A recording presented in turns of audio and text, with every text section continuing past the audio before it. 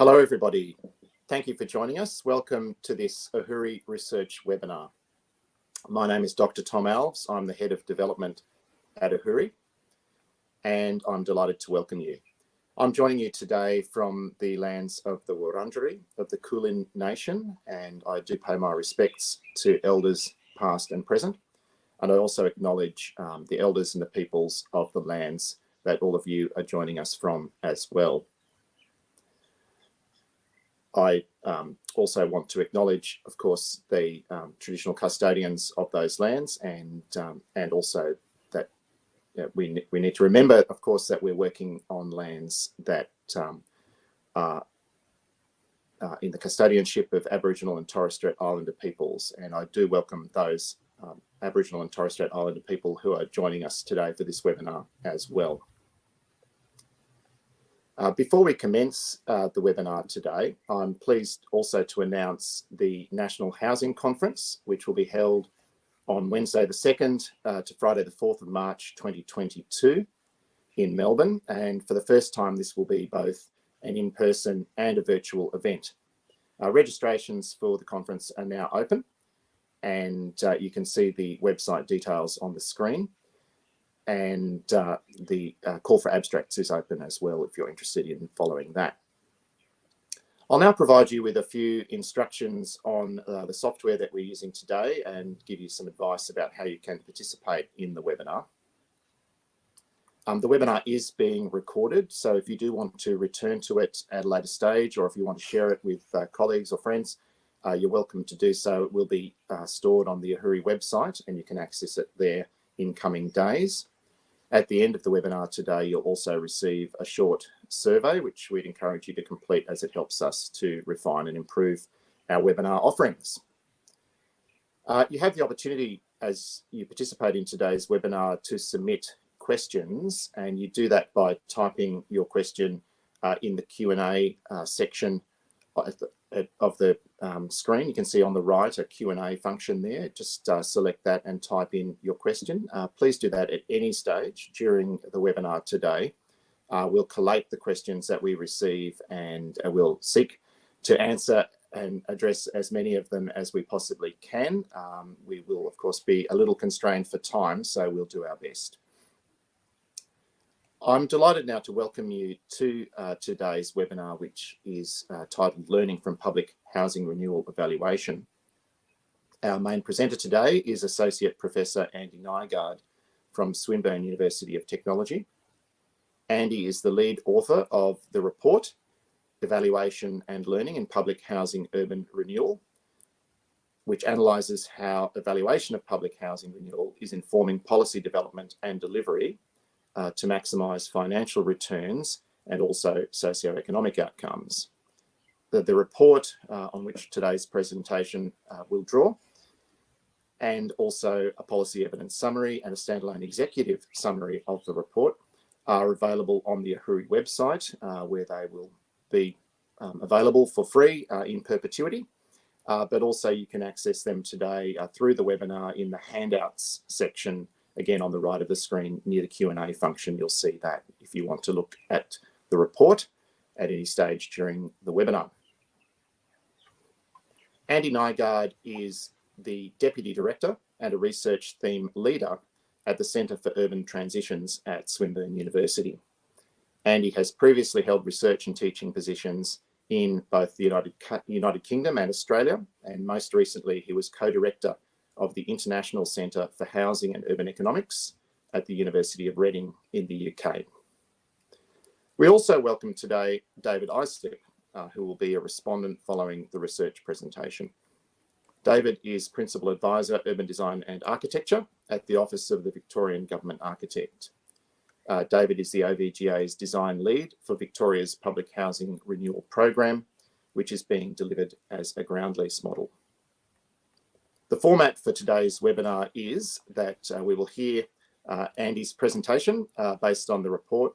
Following that, I'll invite David to give his response for 5 minutes or so, and then after that, we'll open the floor effectively, and I'll be addressing the questions that you've typed into the Q&A section, and we'll be having a discussion stimulated by those. So again, please do ask your question at any time during the presentation.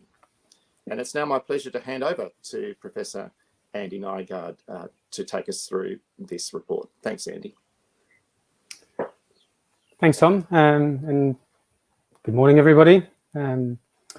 Before I start my presentation, I'd like to acknowledge my co-authors of this, Simon Pinniger at University of New South Wales, Liz Taylor, Monash University, Iris Levine at RMIT University now, and Rachel Maguire at Swinburne University of Technology, who works with me and is one of our PhD scholars as well. I'd also like to say that this, for those of you who download the report, you'll know that this is quite a meaty read. There's quite a bit of material in it, and I won't be able to cover all of those aspects today, so I'll try to focus on a particular line of argument that centers around this sort of the interaction between how evaluation and learning are shaping public housing policy. Okay. Also worth saying that most of this research was carried out prior to COVID, and the first draft of the report was completed prior to COVID as well. And as you will know, there have been a number of policy changes and policy evolutions as a result of COVID as well. Let me, like Tom, also acknowledge the traditional owners of the lands across Australia, their elders, ancestors, and cultures, and the heritage, and pay my respects to their elders, past, present, and future, and present. I'd also like to acknowledge, of course, the Wurundjeri people, the traditional owners of the land on which I am currently speaking to you from, and on which the campus, or the main campus for Swinburne University of Technology, is located.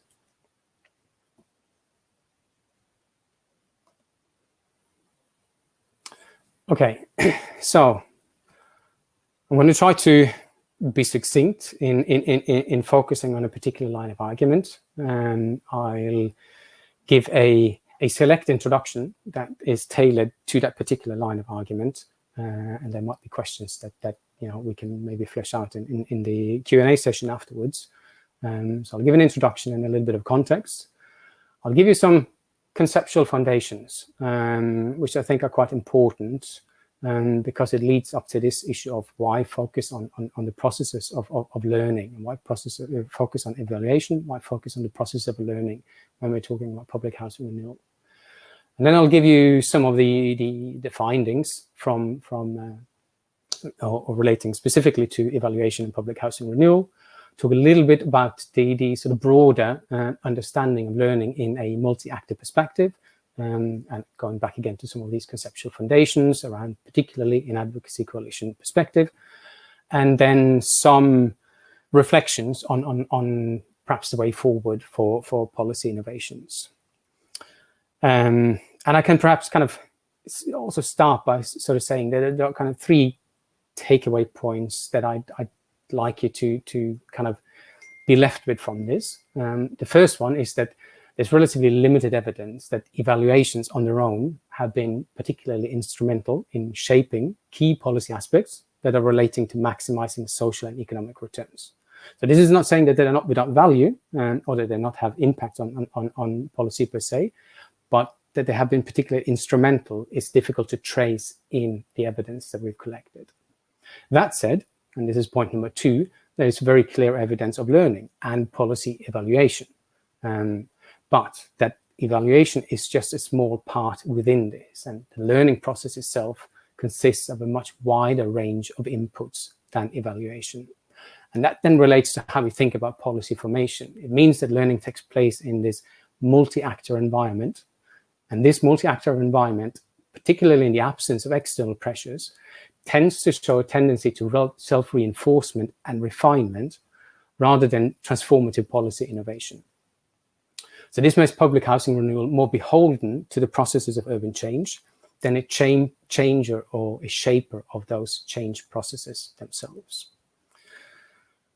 So from this, we can perhaps, and we can come back to that in the concluding part of it, if we want to think about public housing renewal as a way of shaping urban reconfiguration, then there are perhaps different perspectives of how to go about this, which centers more around things like transitions or change management, rather than focusing on the land value to drive the feasibility of change, and more active management of the innovation process, including here, of course, formative evaluations as such, but also, if you will, co-production processes that enable a wider range of impulses for policy innovation.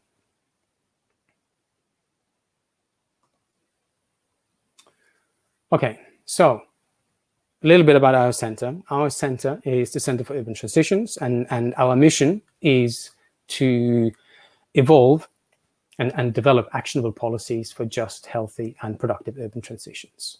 And Australia's housing system is one of those that requires actionable policies, transformational policies to deal with some of the affordability and some of the inequality, and crucially, some of the sustainability aspects that are fundamental to how the housing system works. A little bit about the context, and here I'm being very selective, kind of gearing it towards this notion of focusing on evaluation and learning. If you think about public housing renewal as an opportunity to provide policymakers to give direction to urban reconfiguration processes and the housing system. So this is kind of where we're coming from. We're thinking about public housing renewal as a way of shaping how the housing system, or if you will, pockets of the housing system are working. Then what we see is, since the 1990s, this growing emphasis of unlocking latent value related to the positioning of where those estates are located within the urban system itself. By giving direction, however, to urban reconfiguration processes, public housing renewal is also an element of urban renewal itself, i.e. it's part of that potentially transformative process that can change how either the socio-economic outcomes of a particular area is, or, if you will, the economic activity that takes place in those areas. But public housing renewal is only a component of this, of urban reconfiguration. And importantly, it is embedded within political settings that emphasize the need to be cost neutral or minimize costs and risks to government. And that creates this dual dependency that fundamentally shapes how policy formation can take place, and also the role that evaluations can place. Public sector, under those higher level constraints, are not in a position to independently develop these areas. Similarly, the private sector, without some form of partnership with the public sector, won't have access to public housing estates. So there's a fundamental dual dependency here that shapes those dynamics within which learning can take place.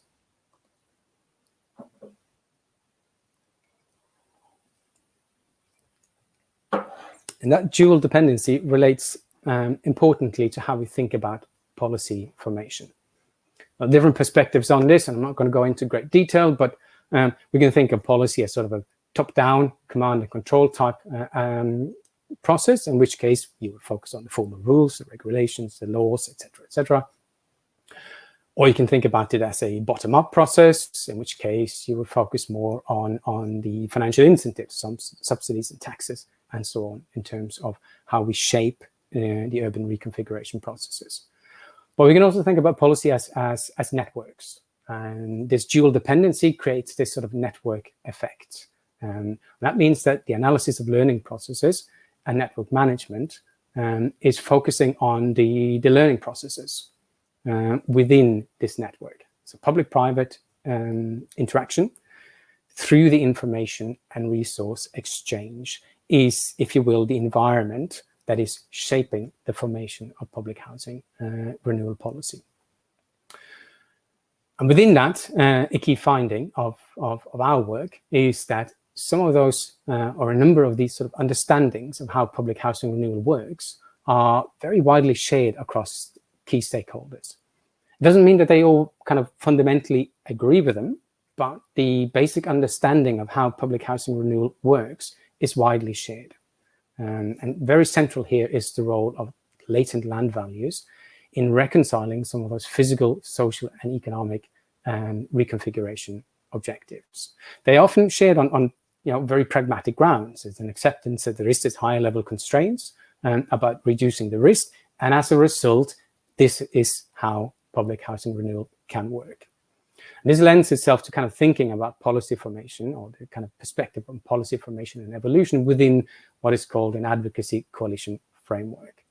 So this is, if you will, a conceptual tool, an advocacy coalition framework. It's not to suggest that there is a coalition of stakeholders that is setting out to shape public housing renewal. It's a tool for thinking about how evaluation and learning processes leading up to policy formation are actually taking place. So advocacy coalition are centered around shared or common beliefs among stakeholders in the policy formation process, relating to the articulation of particular problems and the way that we solve those problems themselves. And they're organized, the belief systems are organized hierarchically, with the higher level beliefs less prone to change than lower level beliefs. So we can start off with sort of deep core beliefs that sit at the top of the system and are very often quite normative or broad, sort of if you have liberal or conservative values. Prioritizing fiscal neutrality is, if you will, an element of that, that sort of deep core belief. And then we move on to more sort of sectoral elements, and this is where, if you will, the sort of housing or public housing sits. Core policy beliefs are specific to policy subsystems. So this is shared beliefs around the causal relationship between specific policy areas that become the glue around which these coalitions, policy coalitions, can form. So land values, for instance, and then the centrality of land values in facilitating stock renewal is one such policy core belief. And then we have a range of secondary beliefs. These are much narrower in scope and often more empirically based. And they can relate to specific aspects of implementation, funding, or service delivery. This is really the space for innovation. And it consists of a range of factors. It can be the split, if you will, in the mixed tenure, so the proportion of social and the proportion of private housing. It can relate to design element. It can relate to the integration of economic activity, etc. There's a whole range of elements here that would be secondary beliefs. They are not crucial individually to uphold or to validate the policy core beliefs, but of course, an accumulation of change at this lower level point around the secondary beliefs can also lead to higher level policy changes. So advocacy coalitions in this respect consists of core members. These are the ones with stronger influence, and other members less influential. And in our research, the identified core members are typically state governments and developers, or the lead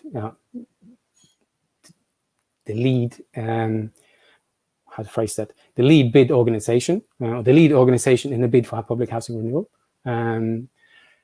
Community housing organizations are sometimes emerging as members of that core coalition. Sometimes they are more of an other member, so they're part of the coalition without a very strong influence on how policy itself is shaped. And then there's a range of other consultancies, us as academics, etc., in some of the roles and some of the analysis that we provided. Some of us sit within this coalition, some of us sit without this coalition.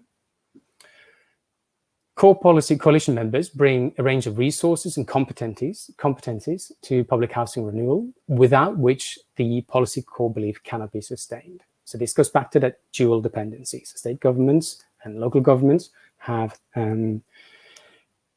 access to land or control over land, and they have control over the planning levers that are related to how valuable that land becomes. Private developers have access to finance, and they have access to instruments that are unlocking and reducing the cost of public housing renewal to the public sector. So this is, if you will, the conceptual framework within which we are thinking about policy formation. I should also say that we started out with a fairly blank slate in terms of thinking about this. We collected this evidence and conceptualized much of the approach ex post. That is, we started out rather than saying, oh, everybody thinks the same thing, we started out collecting the evidence and then trying to conceptualize, well, what is it that characterized the evidence that we found? And the evidence that we found is drawn primarily, the ones I'm going to speak about today, from a series of key actor interviews around public housing renewal in New South Wales, Sydney, in Victoria, Melbourne, and in South Australia, Adelaide. So some of these core policy core beliefs with respect to public housing renewal, and that was quite pervasive across most of the stakeholders, was this instrumental role of land values as a critical enabler of public housing renewal. And I've highlighted throughout the slides, I'm not going to read them up as I go along, but you see individual kind of quotes there. They are highlighted in red. They are from our interviewees to kind of substantiate some of the points that I'm making. There are a lot more quotes in the report if you want to turn to that to see where some of these sort of where some of the analysis came from. But the thing that's sort of come out in this first quote is that this minimizing the exposure of risk, that's the deep core policy, deep core belief, and then maximizing and leveraging the land value, that's the policy core belief. That is kind of symptomatic of those two higher level constraints, if you will, in thinking about how public policy formation takes place in relation to public housing renewal. Within this core and policy core beliefs, the tenure mix and residential density are the instruments. These are the causal mechanisms to extract that latent land value. And mixed tenure has in this respect been a guiding feature over the last 2-3 decades, really. So there's a quote here from New South Wales, which is emphasizing the 30-70 split, particularly around the public housing renewal in Victoria. There has been a change in that particular proportion. So it's not necessarily 30-70 any longer, but the 30-70 is instrumental on two fronts. It achieves three fronts, sorry. It achieves this deconcentration of existing resident profiles. So if you're looking at, for instance, socio-economic reconfiguration, but changing the mix of tenants, you're also changing that socio-economic configuration. It is instrumental in, and it's causal in unlocking the latent land value. Without bringing in the private sector demand, you're not going to be able to release some of that the latent land value. And third, and we'll make more of a point of that in the report itself, it signals a shared understanding between developers and public sector about how is this going to work. The fact that we have sort of a rule of thumb that we're starting out with, even though there's a change, provides a recognition that bundled within this is both of these two understandings, deconcentration and mixed tenure for unlocking that latent land value. And that has quite an important signaling effect in much of the learning processes and learning conversations that are ongoing. Okay, so turning now to evaluations, the sort of core focus of what we set out to sort of explore. Definitions of public policy evaluations assume that there is assumes that policy programs are based on these outcome producing theories. So for instance, how can mixed tenure developments produce or even maximize financial and socio-economic returns? That sort of embodies an assumption that either of those outcomes are causally linked, if not necessarily in a very simplistic way, but they are causally linked to financial and socio-economic returns. And typical sort of definitions of what is an evaluation would say something along the lines that it's an assessment of the merit and worth and the value of administration, output and outcomes of government interventions intended to play a role in the future, i.e. it's intended to kind of guide practical action. And I've highlighted in two different colors elements of this definition, because one of them is this idea about describing what has happened. That's the summative evaluation. So this is collecting data for the purposes of making summary statements and descriptive assessments of values and benefits. And quite a few of the evaluations that have been done in the past are of this nature. So they are looking at what has been the proportion of mix, what has been the perceptions of tenants of outcomes, how do tenants experience the changes that have taken place, etc., etc. These are important pieces of information to understand, obviously, what is the effect. But there's a second element of this definition, and that is this intended to play a role in the future. And that is data collection for the purposes of improving or modifying policy as it is. And this is more about testing the causal relationships. So this is understanding how valid is our assumption, for instance, that tenure mix is linked to maximizing socio-economic returns. What is the strength of that relationship? Is it sufficient that there is some relationship to justify the types of tenure splits that we are putting in place?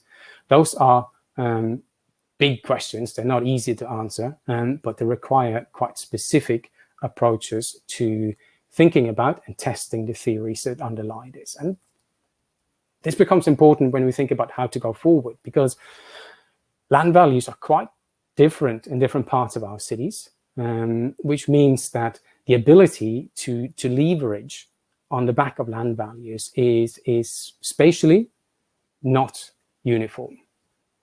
And that directs, if you will, this type of model, or the type of sort of urban renewal, public housing renewal model that we've seen over the last 10, 20 odd years, towards particular areas of our cities, without necessarily being able to replicate themselves in other parts of our cities. But there also are substantive housing needs to start with, but existing estates that require renewal.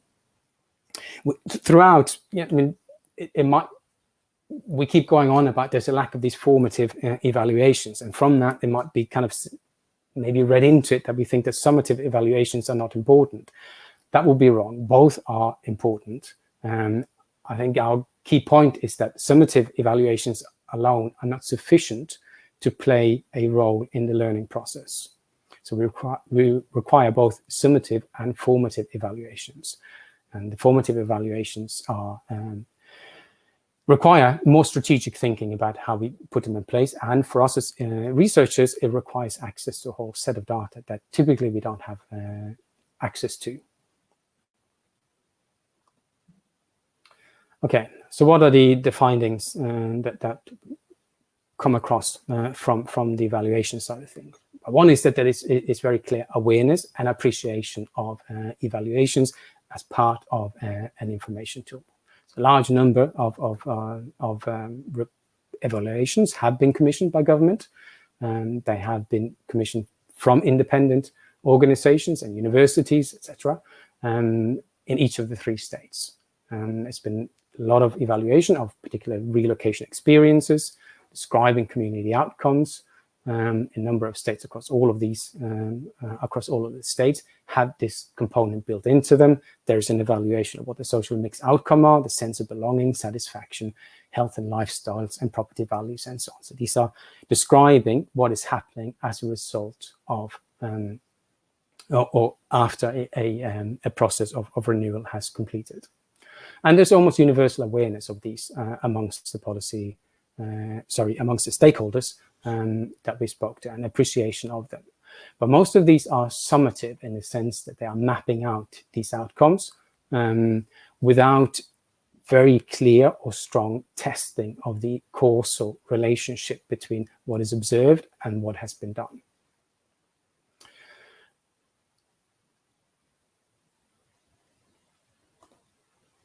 Right. So individual awareness does not necessarily equate to institutional embeddedness. So even though most of the stakeholders that we spoke to were aware of evaluations and had read many of these evaluations, the carry through, and that's the institutionalization of the learning in these from these, is not very clear. So the quotes here both kind of suggested, yes, evaluations are carried out, but the use of those evaluations is not at an organizational level systematically integrated into how we take policy forward. So that relies on these evaluations primarily carrying through at the individual level. And we'll see later, or you will see in the report, that this sort of individual learning is an important component of how learning is taking place. But there is no specific or very limited institutionalization of how learnings from evaluation should be embedded within policy formation going forward. So this individual awareness and lack of institutionalization is not necessarily contradictory. It does, however, alter the way in which the information enters the policy formation process. It alters the way in which, if you will, evaluations are part of the policy formation process directly or indirectly. And institutionalization can also take time. So, despite some of the learnings around Kensington and the sort of social mix in the early 2000s, the development of Carlton nevertheless carried on without taking much of those findings into considerations. But if you look at the tender evaluations, at least as reported to us during the conversations, it's clear that by now, so at the end of the 2010s, the understanding of and appreciation of thinking differently about social mix, should it be block by block, should it be more integrated designs, had found its way through to policy formation. So understandings from those conversations was that there was a much greater emphasis on not replicating the block by block type social mix that came out of those earlier experiences. So these can take time in terms of carry through as well on the findings.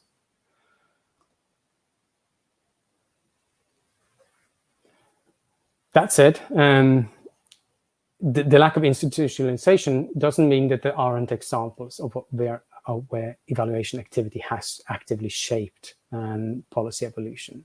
So a number of the evaluations have focused on relocations. A lot of them included the experience of relocation and so on. And that learning is something that has led to, or the outcomes of those evaluations have led across each of the states to process changes in how that relocation process is administered. So they provides an example of where evaluations have been instrumental in influencing policy evolution.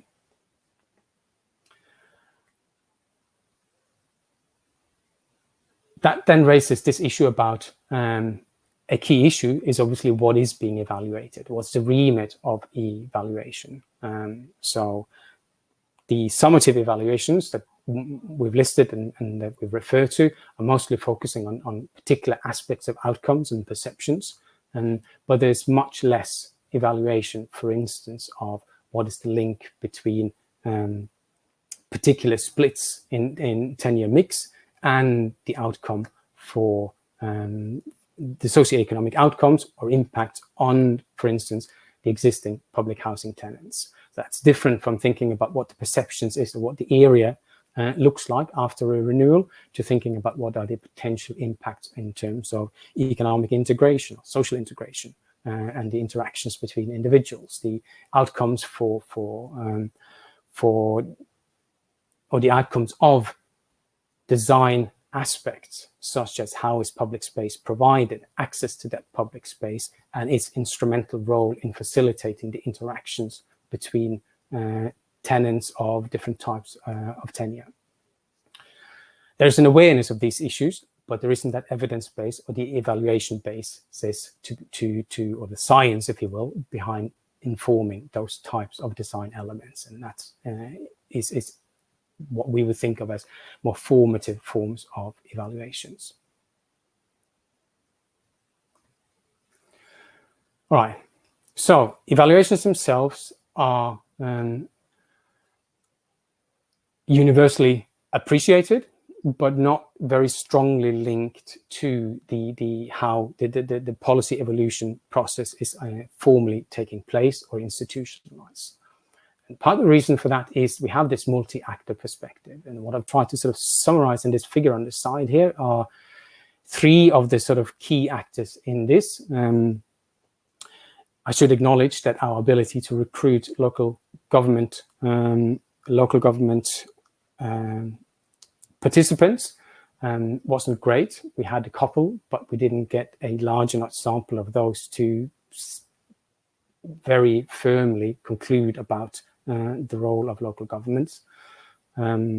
But if you think about these three stakeholders, state government and developers and community housing organizations, what we see is that there is a large degree of exchange of information amongst these three stakeholders.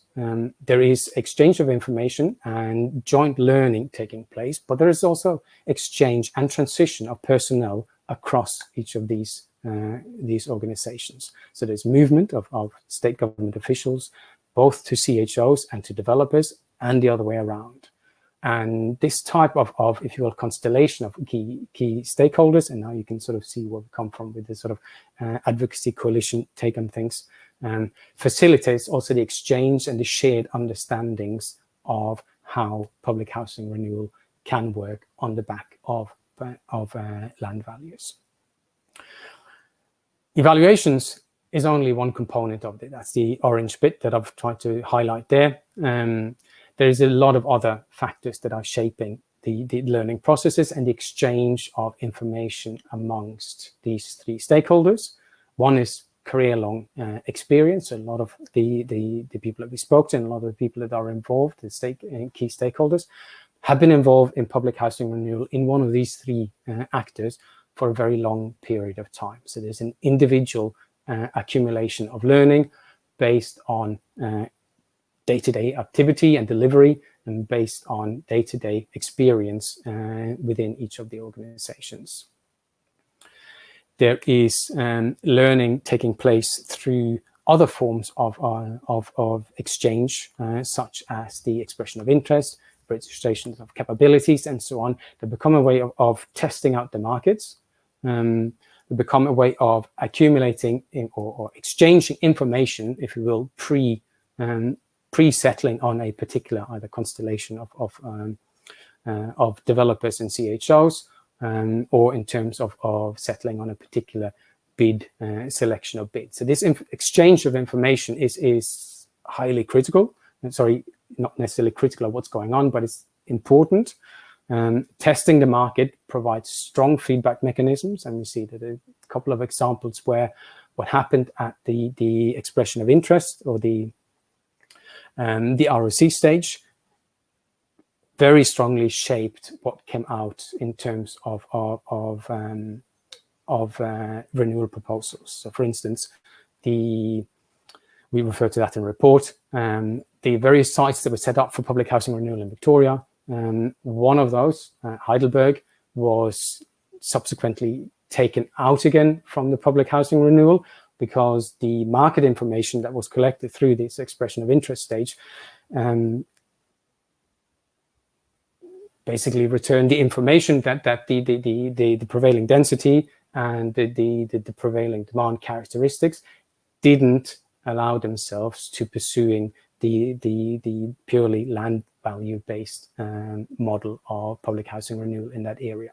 Similarly, feedback from at this stage provided to some bundling of estates. So the bundling of Flemington, Brighton and Prahran, bringing them together as one in order to manage some of the land value and leverage the land values of multiple sites to deliver the public housing renewal.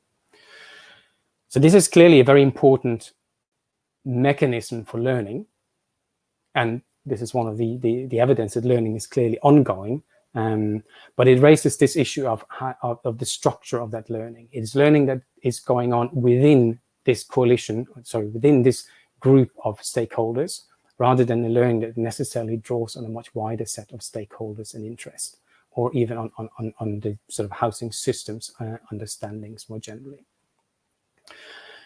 And important of this is also see the other forms of external events. So the public housing renewal inquiry in Victoria and its critical stand on particularly the sale of land has found its way into the ground lease model that currently prevails. That currently is part of the public housing renewal in Victoria. But again, if you think about this in terms of what is it that is driving the learning process, this is an external event that is outside of the immediate key stakeholders. It is not resulting from any systematic evaluation of how different design components are related to different financial or socio-economic outcomes, but is driven by a shock, is what the sort of policy literature would talk about it, or an external pressure that is putting emphasis on a particular component of a policy, rather than an analysis of how the policy is actually intended to deliver particular outcomes. Okay, so what are we trying to say? Well, we were trying to say that public policy innovation around housing renewal, public housing renewal, necessitate an evolvement of beliefs. And public housing renewal policies evolve through these sort of multiple learning mechanisms of the advocacy coalition. And within this, evaluations only capture a small aspect of that learning process. And often it can be highly member specific. So an evaluation carried out, say, for state government, may not have the same resonance for a private developer who's involved in this. And that means that if you think about that exchange of information and how that learning process kind of co-evolves across a network of stakeholders, this becomes it's one of the reasons why evaluations are not highly instrumental in shaping policy. So a change in direction would require that these beliefs around how renewal works and delivers across multiple objectives are updated across this advocacy coalition, or that there's an emergence of a competing advocacy coalition of champions of additional alternative policy core beliefs. And policy formation in the advocacy coalition can also evolve through reconfiguration or extensions of membership. And over the last 20 odd years, there are two examples of this. One is the increasing emphasis of land assets and property development skills within the policy teams over time. So that deepens and reinforces that asset-based approach to renewal, the minimization of financial risk. The other one is the emergence of community housing organizations, in some cases as core members. That provides an impulse for innovation, both in terms of the property yield, but also in terms of the sort of people-based outcomes. So there is evidence of evolvement and evolving policies. Some of them are leading towards simply refining or becoming better at kind of utilizing land values to deliver this.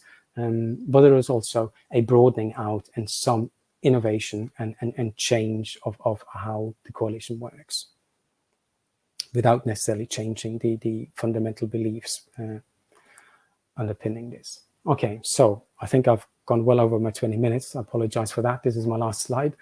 Going forward, policy innovation basis. Well, internal learning is one of the drivers that can change how the sort of current beliefs around public housing renewal works. And formative evaluations play an important role in that. That's the testing of renewal assumptions and outcomes. And we see some kind of change within the briefs that are given to renewals in this direction. So Communities Plus, for instance, there's this step change in how the New South Wales government is kind of moving from partial external evaluation to more systemic or holistic social cost benefit considerations.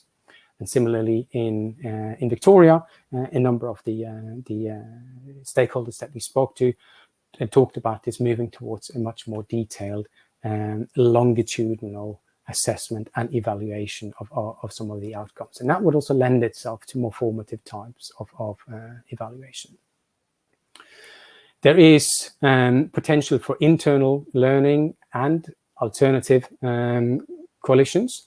If you think about the dominance of land considerations in this sort of deep core belief, minimizing expenditure, then there is a potential to reform and change kind of the financial dynamics of this if we are broadening out our understanding of how public housing renewal interacts with the housing system as a whole, but also the urban systems as a whole. That is, attempts to unlock the non-land related value in public housing renewal. So we can think about this, for instance, as a social infrastructure approach. That is a big label to put on simply thinking about different financial vehicles for underpinning the redevelopment of existing public housing stock, but also the provision of new social and affordable housing stock. But that requires innovation in and around how do you channel public sector funds and cost offsets into project finances. But the tools are there, and some of the tools are there, and some of the evidence base is there.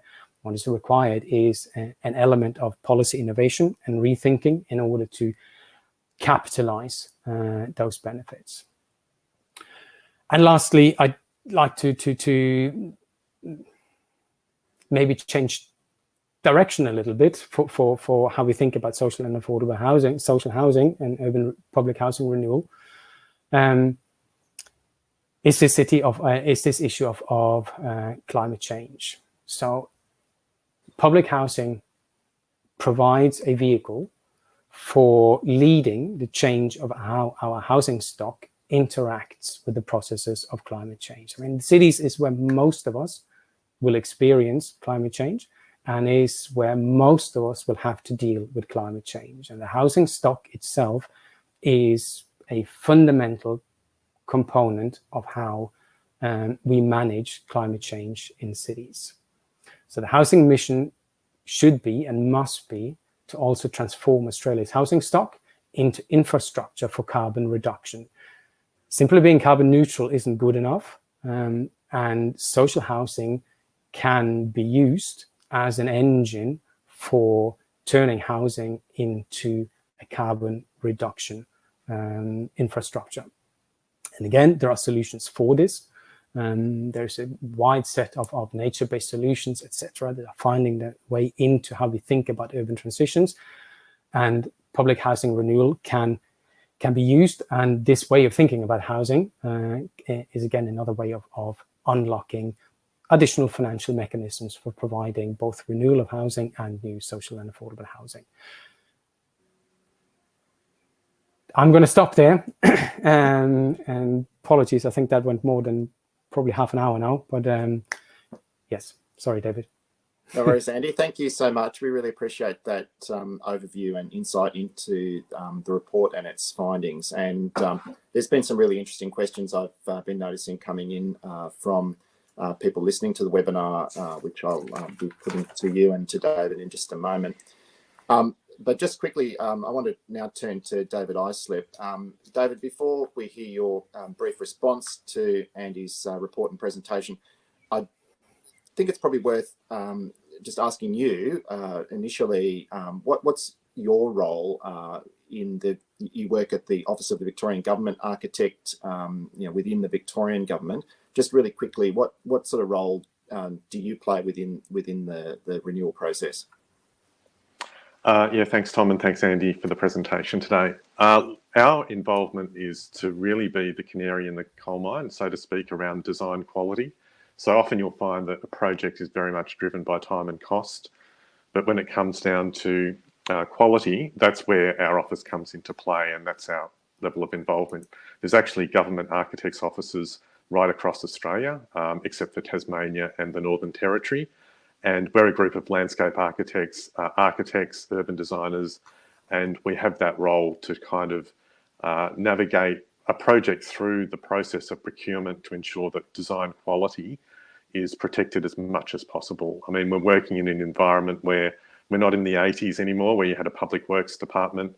That it's very much changed from that old model, and we have a high level of involvement because we're sitting within Department of Premier and Cabinet. So that's whole of government overview is what we're really given the remit to do, and very much to collaborate with other departments such as Department of Housing. And, this is just one of the projects that we're currently involved in.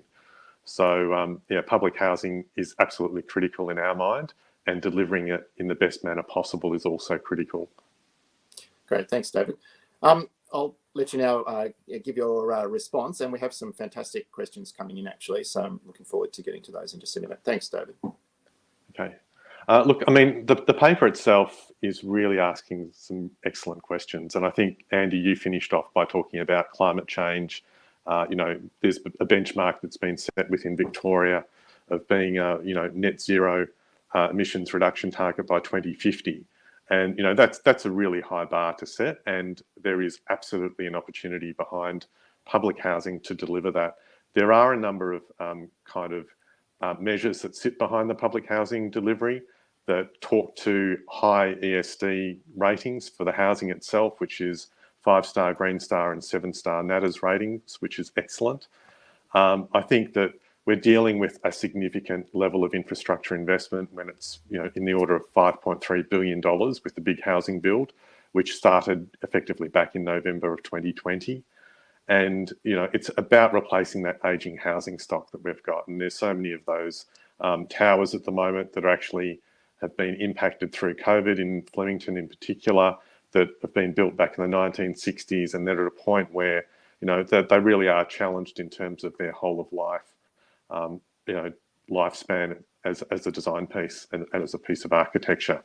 So what really resonated, I think, from the paper that you've put online and also shared with us in your PowerPoint today is the increased role for independent academic evaluations of public housing development projects. I think that's really important, that collaborative approach between government and academia.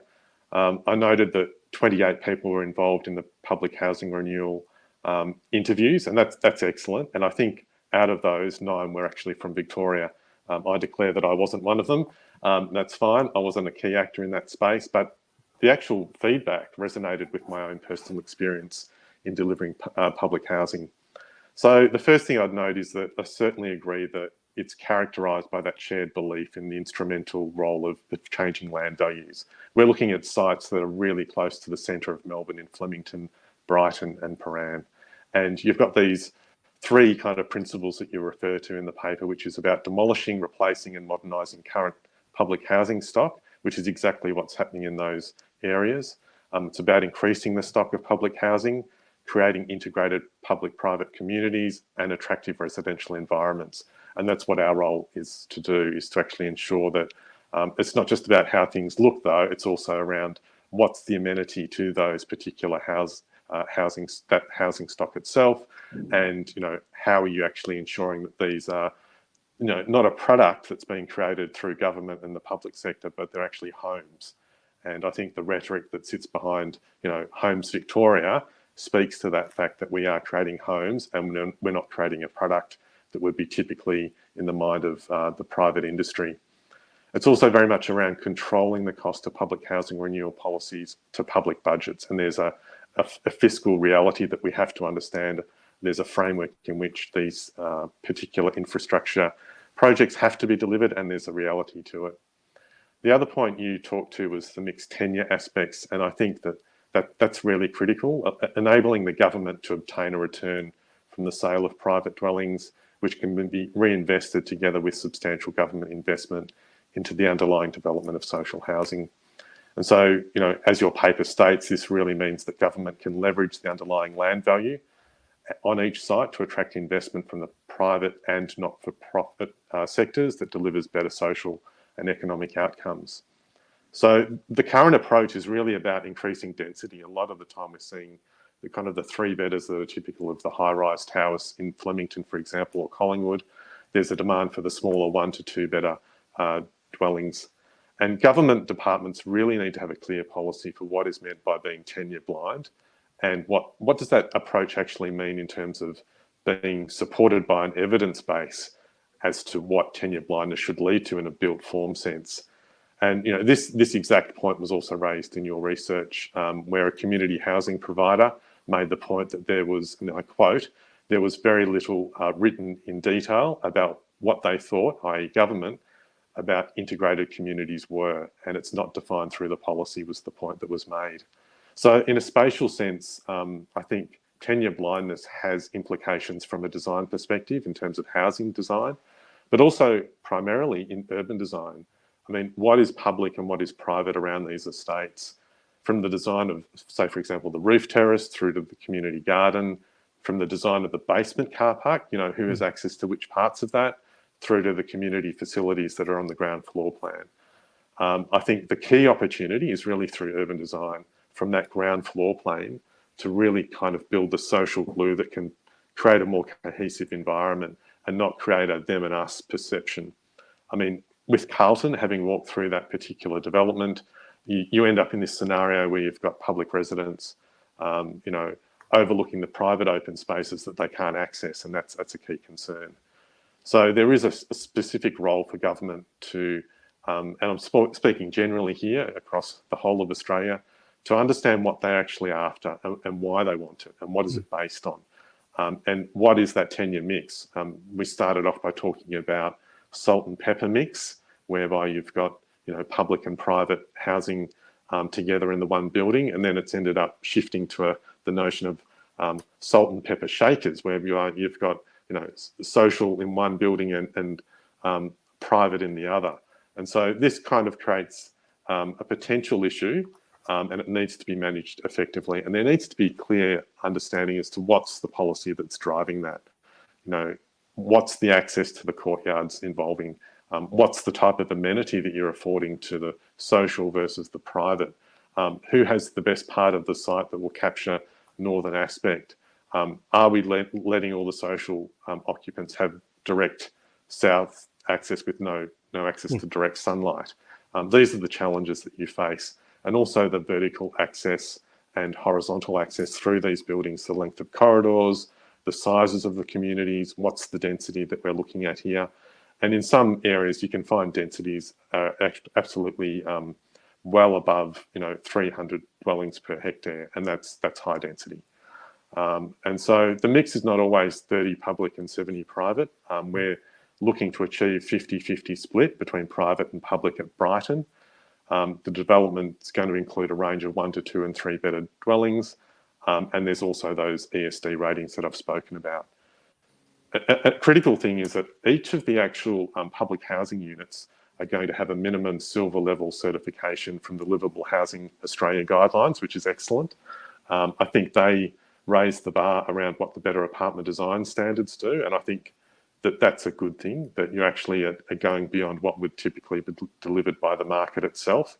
And, the whole notion of the better apartment design standards in Victoria, it's a really critical piece of policy work that has learnings out of it that can be reflected back into how we actually also do public housing. So I think the final point that I'd make then is around evaluation. And I think evaluation is critical on those learnings that came out of Kensington, where you found that 20% of public housing residents returned to the neighbourhood after being relocated. And that's quite low. And there was an overall loss of 260 public housing units on the estate. And that the private developers involved in the project collected profits of more than 37%. So that's the research that was done, I think, by Kate Shaw and Peter Raisbeck. And that resulting built form, where you had block by block rather than that salt and pepper mix, having learnt from that, or hoping that they learnt from that, and then that then influenced Carlton, that's the disconnect. And I think that there's an absolute lesson for government to learn from those past projects and to do, as you talked about, not just that summative kind of approach, but to have that formative analysis that has the data that sits behind smart decisions around policy into the future. So look, I think in conclusion, a range of options really need to be considered when it comes to developing housing policy. We absolutely have to appreciate that we're operating within an economic framework and funding constraints, and that there's commercial and economic objectives.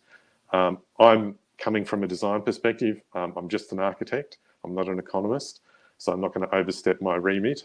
But it would be worth understanding where the evidence is that such evaluations that you're speaking about have actually changed policy, unlike Carlton and Kensington, and understanding those stakeholder interests. And I think there's a better role that could be played by community housing providers at the table to do with design and understanding how that could be enhanced.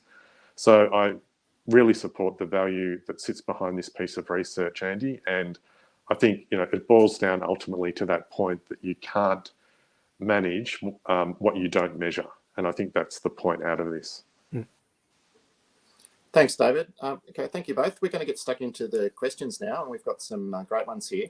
The first one is is asking now about the residents. In your advocacy coalition group, you don't mention residents, Andi, and someone's pointed that out and asked if you can just comment on that. Where do they fit into the process? No, we don't. You see in the report that we actually do refer to residents, but not as a core member.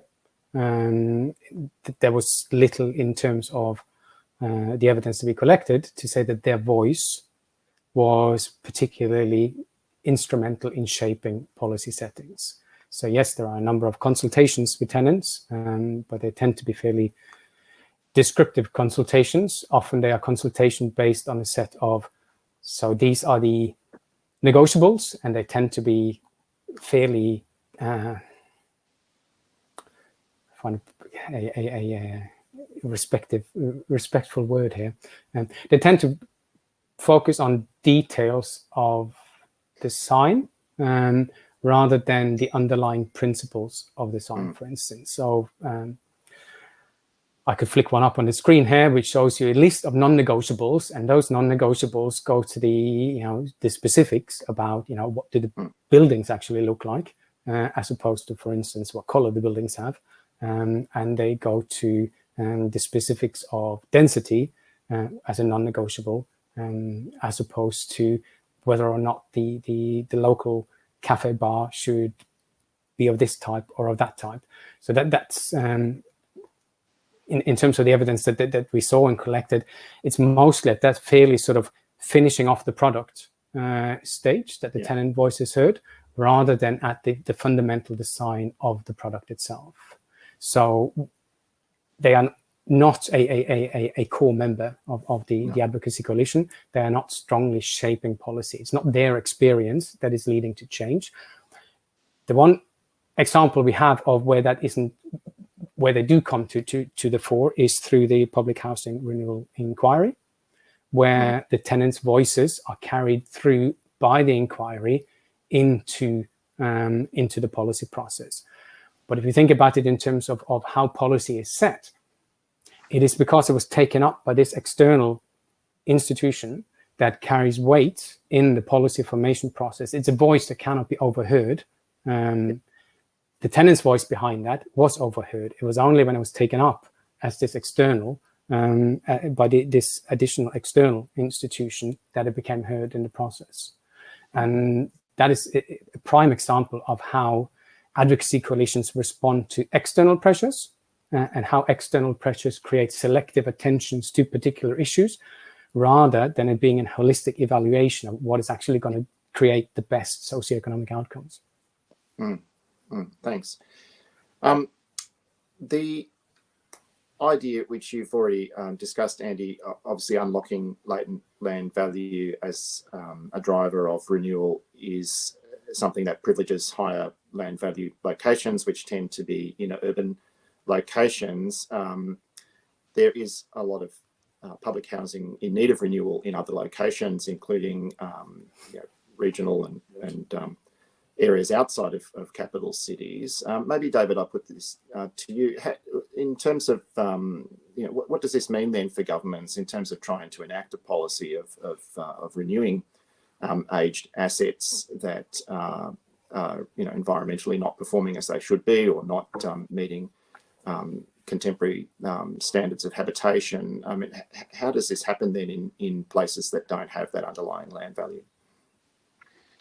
Good question. I think it's really difficult because, even with the example that Andi's report refers to, which is Heidelberg West, which isn't that far out of the central business district of Melbourne, it still ran into a financial kind of hurdle, which was getting it to stack up. I think there's an opportunity certainly in regional areas to look at density and to avoid the thought that, it has to be just a single dwelling on a single plot of land. And I think there's different models that really need to be explored around housing delivery in those areas.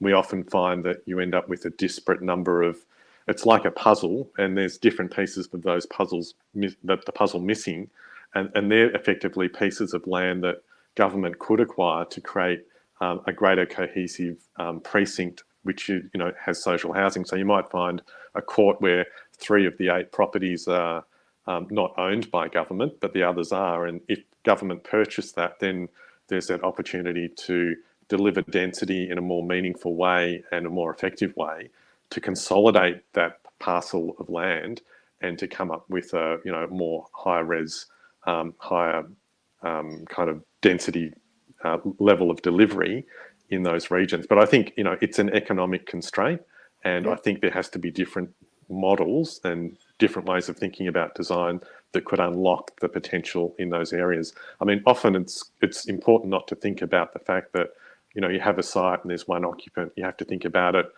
in a vertical condition as well, to understand that, well, we could have certainly a stacked arrangement here whereby you can increase the density quite quickly, and that then opens up issues around access and disability, but you work out the appropriate occupants for each of those buildings. And I think there's been some excellent work done in delivering cost benefit analysis around how you actually put forward an argument as well to government around what's the cost benefit analysis for doing a certain piece of work. And that's another exercise altogether. But certainly looking at what's the model that we're proposing here, and our office has been involved in Future Homes project, which is actually looking at different housing typologies that could actually help improve not only for the private sector, but also it could actually help assist with social housing models.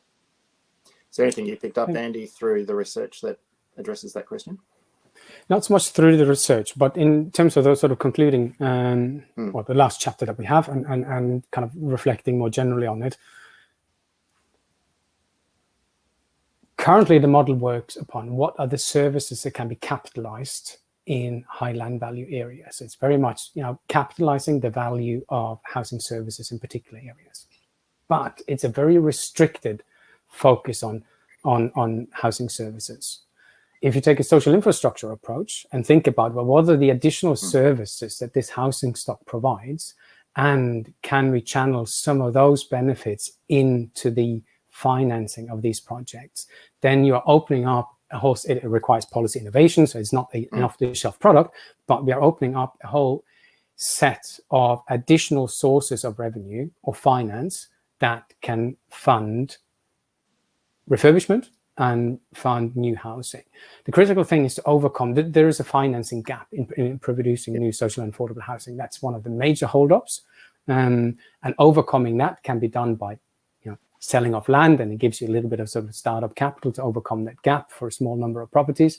But really, if we can take and say that these properties are providing X amount of services, some of these services can be capitalized, and if we capitalize the value of those services and channel them back into the construction finance, then we can overcome this financing gap as well. And there are examples of that.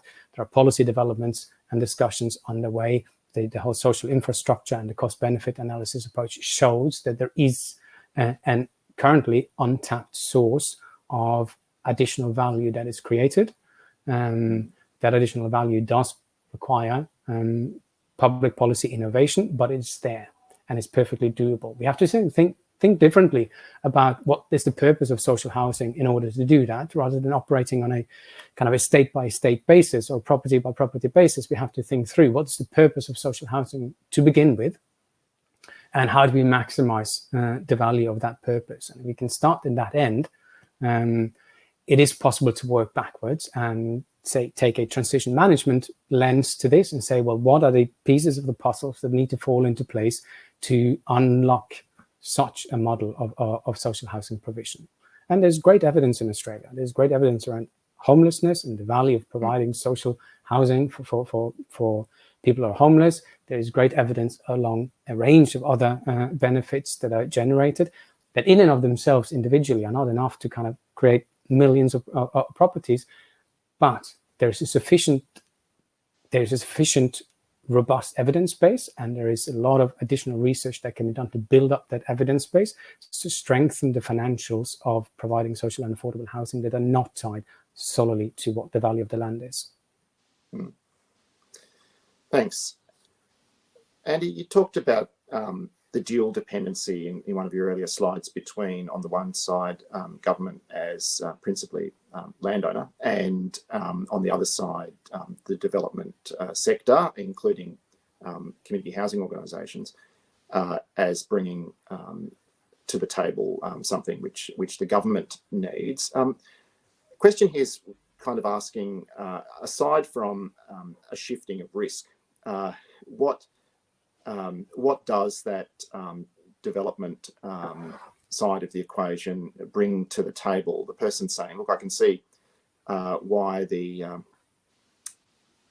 development sector needs, they're looking for the land from the government side, but what is other than taking some of the risk, what is the development side bringing to that table, and to what extent do government really need them?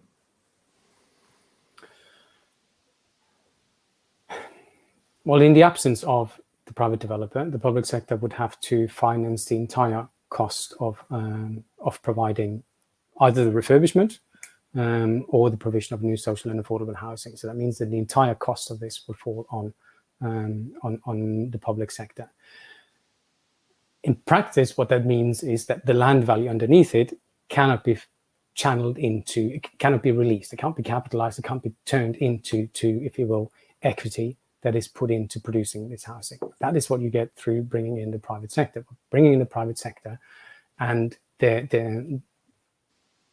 willingness, essentially, to build on these favorably positioned pieces of land, and putting up capital to build those houses. As a function of putting up those houses, they're also putting up the social housing that is redeveloped as part of that. So yeah, that is what they're bringing to the table. This is how it minimizes the risk to the public sector. Part of the cost is carried by the construction that is done by the developer, and it can only be released through either the lease of the land or the sale of the land.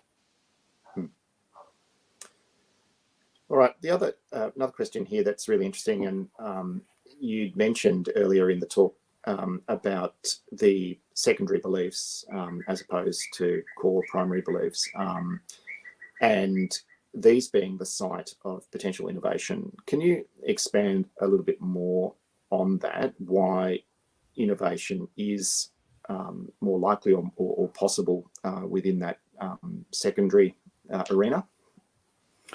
So many of those sort of secondary arenas are based more on empirically observable variables. So for instance, if you take the tenure split, that is empirically observable. It hasn't been tested out, but it is testable. So you could evaluate what is the relationship between particular forms of tenure mix and the if you will, the sort of the land value that is created out of it. Is 30-70 creating a higher level of land value than 50-50, 60-50, or even 75 social, 25 private? These are testable propositions. And within the sort of advocacy coalition approach, if an innovation is more likely to take place if you can empirically demonstrate that a change isn't going to fundamentally change the higher level beliefs. So this is what we are advocating is the wrong word, but what we're suggesting is that many of those design elements are testable, and by actually sitting down and testing them, empirically more robust evidence can be collected on what are the minimum estate design requirements. Can you change them to improve, for instance, the outcome for social housing tenants without actually affecting the land values if you want to be stuck to this model? What is the evidence base behind the particular variables or the particular sort of configurations that you are delivering and the outcomes that you are achieving? And so now I'm speculating because the evidence isn't there, and we are suggesting there ought to be more evidence there. Yeah. But that type of research might allow you to reconfigure what is going on without actually changing the model itself, and through that deliver better outcomes, if you will, for the social housing tenant as well. Yeah. Are you seeing that, David? In terms of your involvement, at the coalface of it, that type of innovation that Andy's talking about there? Look, I think innovation is one of those things that's put forward early in the process, and then it depends on the appetite for risk as well through the procurement process and what government's prepared to take on. I mean, I think you do get a high level of innovation through the interactive tender workshops. That, I mean, effectively, we're dealing with a PPP model here. And there's lots of great thinking that comes out of that process that can inform what you do. But I think that the key point is that you really need to ensure that the quality of the build is sufficient to last the stipulated 50-year lifespan and beyond. I mean, we're dealing with buildings, high-rise, social housing towers that are really kind of towards the end of their life. I mean, they were built in the 1960s, and when you look overseas, there's some excellent precedents that exist in terms of how you can adapt existing towers of that nature. But if the bones aren't sufficient, for example, if the structure's not been built to its, if it's been built to its minimum tolerances, then you have less capacity to adapt as part of the renewal process for those towers. So if we go to an example with Lacaton and Vassal, who are, really highly awarded architects, they're winners of the Pritzker Prize for 2021, and they did the Grand Park in Bordeaux project, where they effectively took the existing buildings and added, 53% extra surface area, effectively an extra 50 square meters per dwelling on average. And, the cost to do that was about €50,000, which equates to about 80,000 Australian dollars per dwelling for transformation versus, demolition and rebuild, which would have cost in the order of €160,000 or about 255 Australian dollars per dwelling. So I think that, it's so critical to ensure that quality is embedded within the projects that are associated with public housing, so that in the future you can do retrofitting of those buildings and, really ensure that you're creating a legacy, not a liability for government into the future. And so, I think there's a key challenge in that space to ensure that you go beyond the kind of the short-term thinking in delivery models. All right, there's a couple of questions that get to the point of, I guess, who has a seat at the table and who is involved, and particularly in some of those more formative decisions. And so, Andy, I do want to ask, and I'm just trying to put a few different questions together here in a way, but to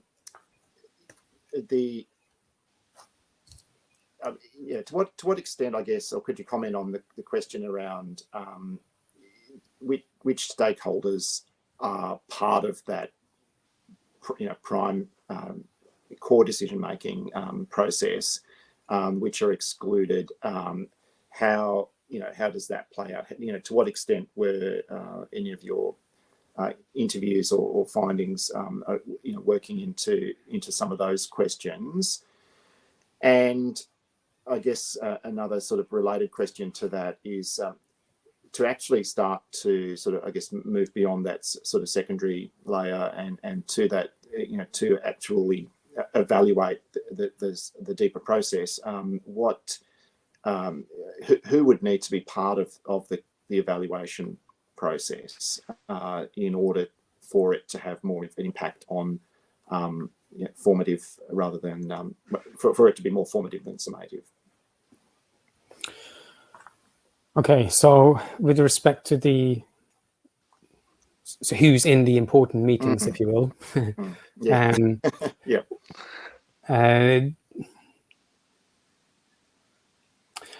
We would have loved to sit in on some of those meetings because there are two elements to that. There's one part of the answer is who's actually in the room, and the sort of representatives that go again and again in the various meetings would be those who are from state governments, various departments, and also from the lead in any bid.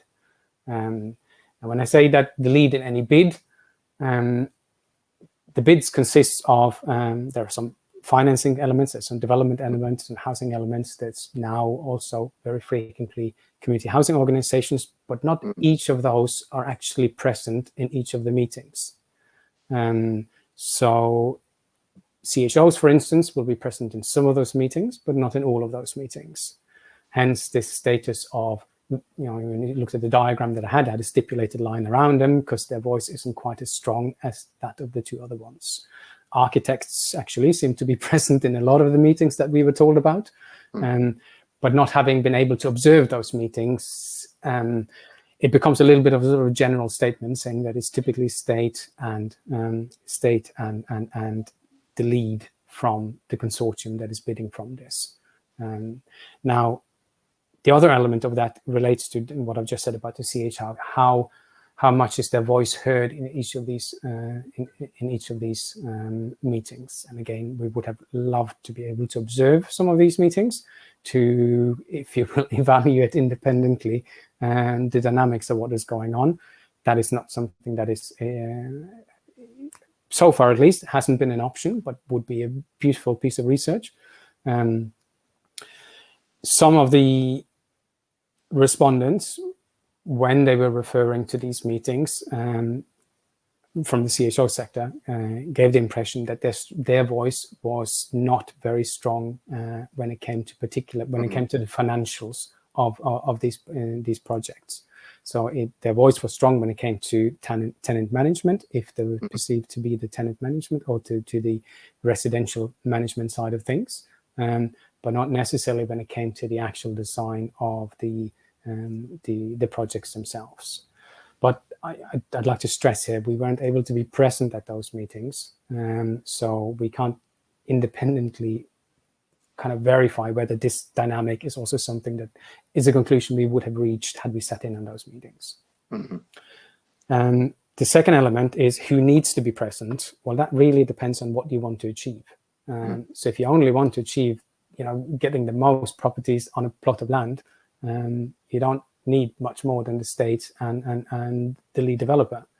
If, on the other hand, you want to create these more integrated estates, then you also have tenants as part of the decision making for as well, not just part of the consultation, and then the consultation outcomes being relayed in these meetings by a third party, i.e. one of the core members, who effectively are interpreting what tenants are saying.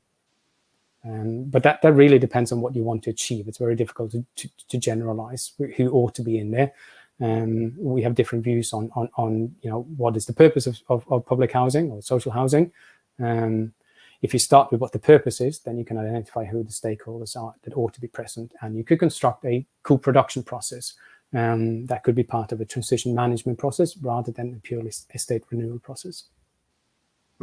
Yeah, it's worth making the point, Tom, that there are different times at which milestones through the project whereby there is a level of evaluation. So, for example, Department of Treasury and Finance conduct their gateway review processes, and recently the government architect Jill Garner was involved in that process with DTF to kind of highlight the lessons learnt that we had seen through our involvement through the Big Build project. So there are those forums in which that kind of feedback happens, that loop happens, and it's also critical to look at post-occupancy evaluation as something that must be mandatory, and thankfully it is part of this the public housing renewal project. It's stipulated as part of the project requirements that has to happen. Whereas typically, if you look internationally, according to there was a UK study which said that only 3% of clients actually bother to get architects to do a post-occupancy evaluation. So that's interesting that there's not that appetite necessarily there. And certainly as our office is going through this process, we're kind of listing the key lessons learned that we think need to be shared to help inform what happens into the future as well. Thanks. Look, we're almost out of time, and apologies. There's quite a few more questions that we haven't got to. I hope I can share those with you afterwards too, so you can, I guess, benefit from them. But I do just want to finish, Andy, by moving to that final point you made about climate change and looking at this problem of public housing renewal in the context of the other problem of addressing of global warming and climate change. And the question that I guess want to put is around the beyond obviously design can play a role. Obviously, better construction materials and so forth can all play a part in that. But it sounded like you were talking about something a bit different to that. Can you just clarify as we conclude where you were going there in terms of drawing that connection? Yeah, I think we can be much more radical. Yeah.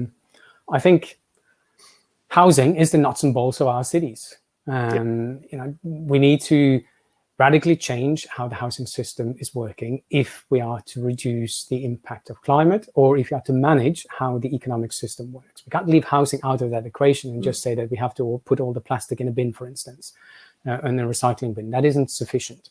So we can think, quite radically about public housing.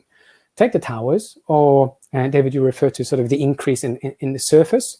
In one of your examples, that was the French example, but how they kind of evolved into increase in the surface. But think about the towers. Those sides of those towers are unused. How about if they became part of a network of vertical gardens, for instance, that produce produce, that made cities more self-sufficient in terms of the produce that is required for those cities, in addition to producing ecosystem services? There are a range of nature-based solutions about how we build both buildings and estates themselves in terms of harvesting stormwaters and using those kind of big surfaces to store water and release pressure on other forms of water that's accumulated. So there's a whole set of innovative practices that could turn public housing into not not doing damage, but to actually be part of restoring the ecosystems within our cities. And that would be a radical mission for public housing, but would go back to this purpose of what is the purpose of the public sector in the first place? Well, it is to do things that the market isn't willing to do. And public housing is a lever to do that. So I think we, in light of climate change, need to broaden out that mission. We need affordable housing. That's the social sustainability, but we need also housing that becomes part of the solution in terms of reducing the impact on climate, rather than simply a placeholder. Thanks, Andi. That's a great place to conclude. And I do apologise again to those who haven't had their questions taken up during this webinar to this point. So thanks, Andi. Thanks, David, for your participation, for your insight and your comments. Before we all leave, I'm pleased to announce that our next webinar is now open for registrations. So you can join us on Wednesday, the 1st of September, when we'll be hearing from Cameron Duff from RMIT University, who'll be talking about improving transitions from rehab into stable housing. And Sue Greig will be joining us from Unison to respond to that report and to participate in our panel discussion. So get in quickly and register for that. I also want to mention quickly AHURI's hybrid one-day conference, Uncharted Urban Futures, Australian Cities Post-Pandemic. Originally, we were scheduled to run this in late July, but COVID once again got in the way, and we've now got a new date of the 18th of November for this hybrid conference. So if you're in Melbourne, please do look at our website and register for that event. But you can join us online from anywhere in the world, actually. And we do have some great keynote speakers lined up from the UK and from the OECD in Paris. So please look at that and sign up if you haven't already. Finally, a quick reminder that we do value your feedback, and we would love you to fill in the survey that will be sent to you shortly. Again, the webinar has been recorded. It will be on our website soon, and you are very welcome to come back and also to share the webinar with colleagues. And once again, just thank you for your participation. We really appreciate that, and we look forward to seeing you again, hopefully in person sometime soon. So thank you. Goodbye. And can I just quickly say thank you to David also for being here today and for valuable comments, and to Tom and AHURI, of course, for organising this. And Kat, I know you're not here, but you've organised as well. Great. Thank you. Thanks, Andi. Thanks, Tom. Great. Thank you. Bye.